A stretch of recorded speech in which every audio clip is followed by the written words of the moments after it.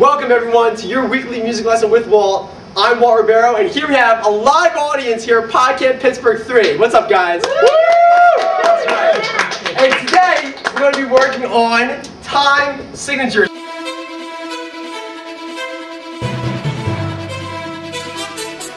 Yo, what's up everyone? My name is Walt Ribeiro and welcome to your weekly music lesson with Walt. This is going to be the coolest show ever. How do I play guitar chords? How do I play piano? How do I read music, sight reading, key signatures, harmony, textures? What? The thing about beats is that that's going to keep the pulse, keep the rhythm of the actual piece of music. It can be the drummer, it can be a guitar player, it can be someone clapping. You guys want to clap? Like there's a beat somewhere like here. There's the beat, okay? So now that's the beat. So all this stuff, you have to somehow write it out and let people see it and be able to read it. So how do we do that? We do that with what we refer to as time signatures. Who here is familiar with time signatures? We got, oh wow, we have a lot of peeps here. Okay, if you're good with music, then you're good with math. And if you're a good person, then you're good with music. I think that's true.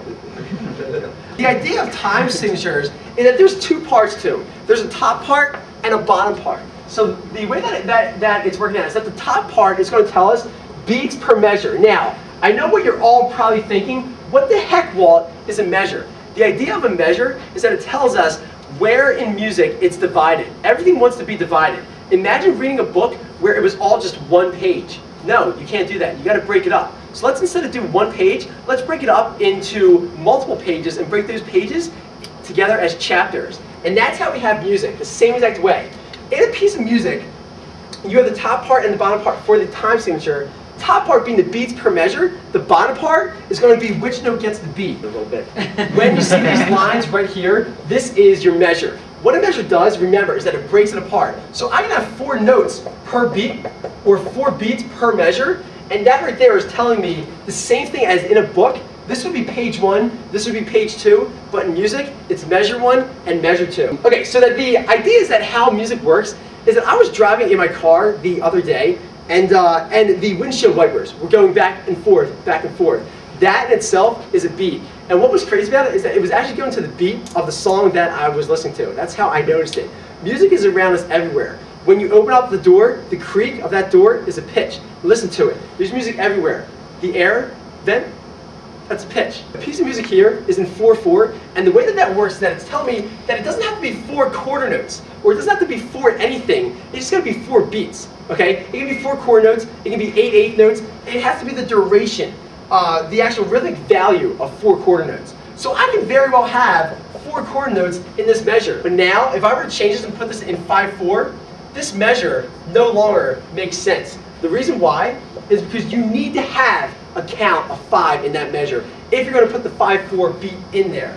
Let's have the first note be D. What should the next note be? What do you guys think? Between A and A.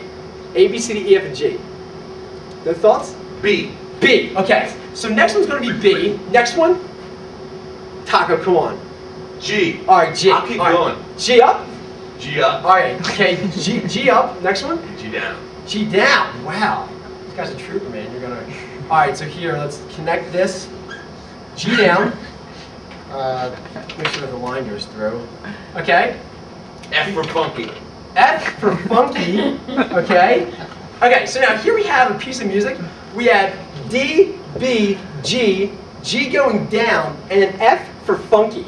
The way that this is working is that I'm combining these measures here to this time signature. Clearly I have 2 eighth notes, 2 eighth notes, 1 quarter note. I'm combining the notes, the music, combining that, and now we have an entire piece of music, a song. Alright, so here we're going to measure 3/4. We have 2 eighth notes, 2 more eighth notes, and then a quarter note. 1 and 2 and 3, 1 and 2 and 3, 1 and 2 and 3. If I were to take this and make this 4/4, it's got to have 4 quarter notes in it. So let's throw another quarter note right here. Actually, yeah, let's throw a quarter note in here, and now we're in 4/4. So if I were to sing this, it would be 1 and 2 and 3, 4. 1 and 2 and 3, 4. 1 and 2 and 3, 4. And just like that, let's take away all these eighth notes and have 4 quarter notes. And if I were to sing this, come on guys, don't be shy. Don't be shy. Okay? So if I were to sing this, it would be 1, 2, 3, 4, 1, 2, 3, 4. And just like that, music is difficult unless you know it, which you do now, so it's easy. These guys are all, let's clap for these keys over here. That's right. This is what I'm talking about. Here we have 16 notes. Remember, we count 16 notes, 1 E and a, 2 E and a, but we can't possibly count this 2 E and a, because if we did, we now have 8 16th notes in that measure, and that's not what we're in. Let's throw in some guitar, some bass, maybe violin, maybe a little bit of piccolo, okay, maybe a little bit of cowbell, I don't know, feel that a little bit. Let's show the love to the bass players, all right? Now, we know that treble is for high pitches, bass is for low pitches. Low, treble, all right? So the way that it works out is that if I were to have 5 lines here in a piece of music, I can have a time signature being 4/4. That's totally cool. But a lot of times, you might see something that's written out as a C, or maybe a C with a line, right? So what do these two time signatures mean? Well, the C here is actually referred to as common time.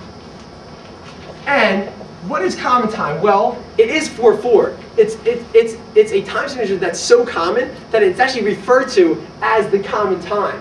Now, clearly if you're in Eastern culture instead of Western culture, it's not so common.